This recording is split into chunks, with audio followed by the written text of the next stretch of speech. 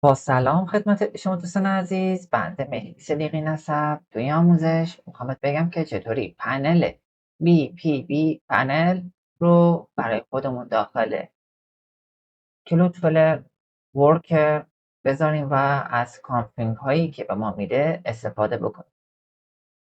خب داخل برگه گیت هاب BPB پنل وارد میشیم و قسمت worker.js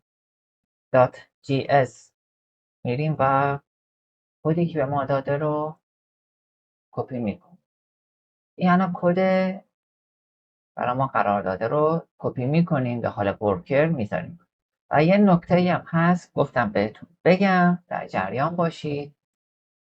فایل رو هیچ وقت داخل کلودفلر مستقیم اد نکنید. این بعضی از همکارا دوستان حالا مدرس ها میگن بیا این پکیج رو حالا این کد رو هرچی از اسمش برای خودتون ذخیره کنید، ورک کنید، بعد داخل گیتهاب خودتون بذارید، بعد از اون ور از گیتهاب خودتون داخل کلودفلر واردش کنید مستقیم. این کار رو هیچ وقت نکنید. یه خورده بهتون میگم حالا چی شده.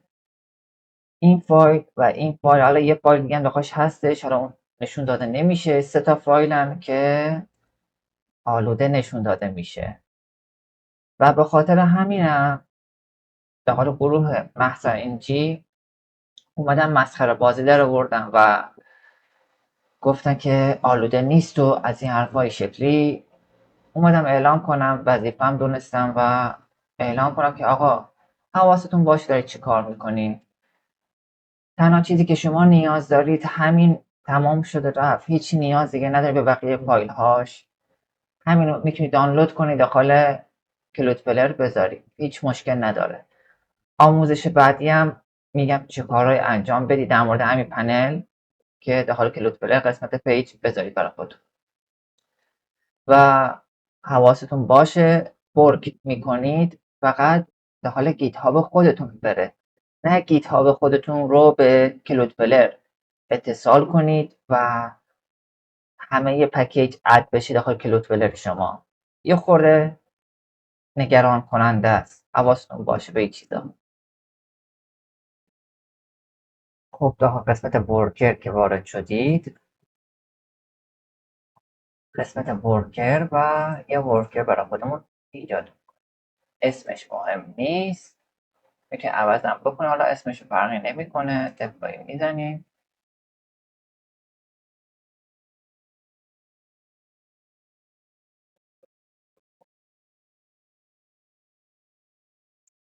و ادیت کد رو میزنیم. خب این برگه که بهتون گفتم کد رو کپی میکنیم. حالا اگر میخواید کلش رو انتخاب کنید کپی کنید، حالا هر روشی که میتونید کپیش کنید و کپی شد. میایم اینجا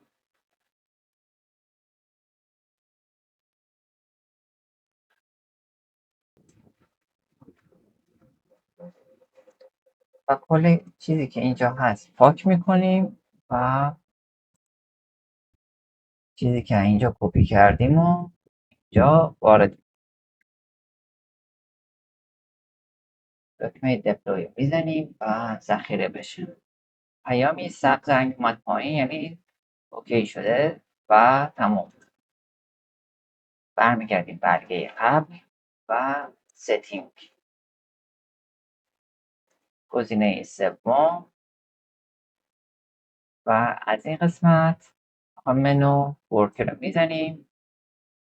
قسمت KB باز میکنیم برای خودمون، یه دونه KB برای خودمون درست کنیم.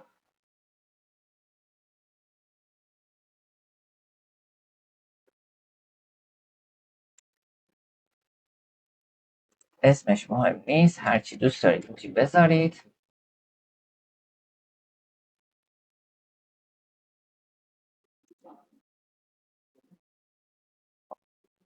ادا میزنید، KB رو انتخاب میکنید و بالا میزنید بی بی بی و پایینی هم همون KB که تازه درست کردیم با هم دیگه و دپلوی میزنیم.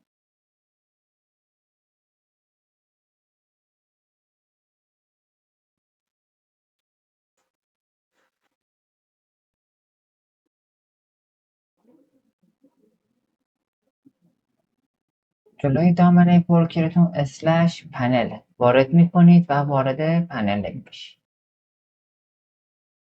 اینجا بهمون میگه که پسوردی که میخوای برای ورکرت بذاری چی باشه. یه پسورد میذاریم براش.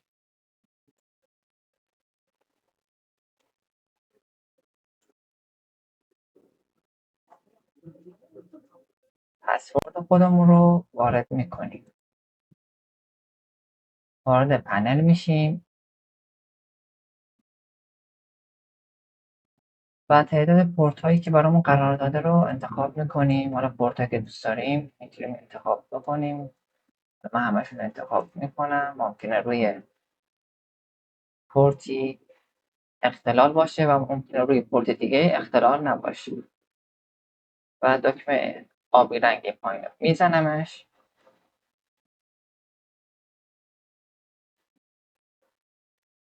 و الان این کاری که من اینجا انجام دادم رو ذخیره کردم و کپی ساب رو میزنم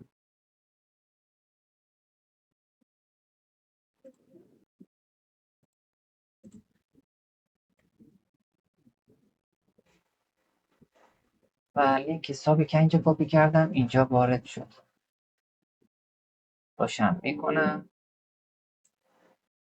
روشنش میکنم لینک حساب خودم و هدیه های الان روشنه و میتونم ازش استفاده بکنم.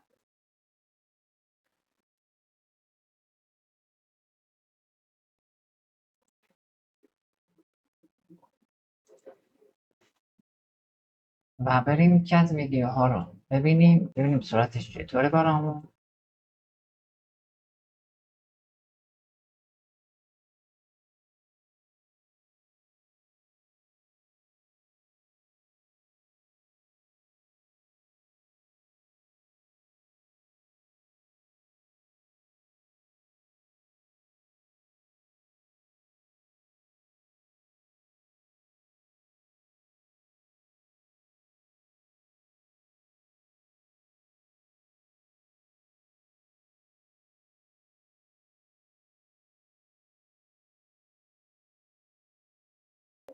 همونجور میبینید خیلی خیلی خوب هستش و الان کیفیت 1080 هستش با ورکر کلودفلر پنل BPB.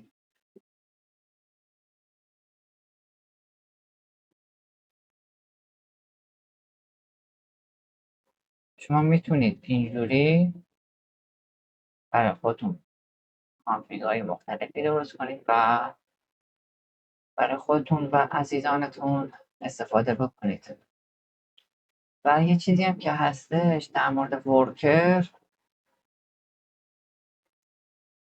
اگه بره خوبه، در مورد ورکر 100,000 درخواست در روز هستش، چیزی که اینجا نوشته. میتونید داخل کلودفلر با ایمیل موقت ثبت نام کنید و دیگه این 100,000 تا معنی دیگه براتون نمیده. میتونید 100 تا ایمیل درست کنید، حساب درست کنید و 100,000 درخواست بکنید. یه عالمه و راحتی استفاده کنید از این پنل و حالش رو ببرید.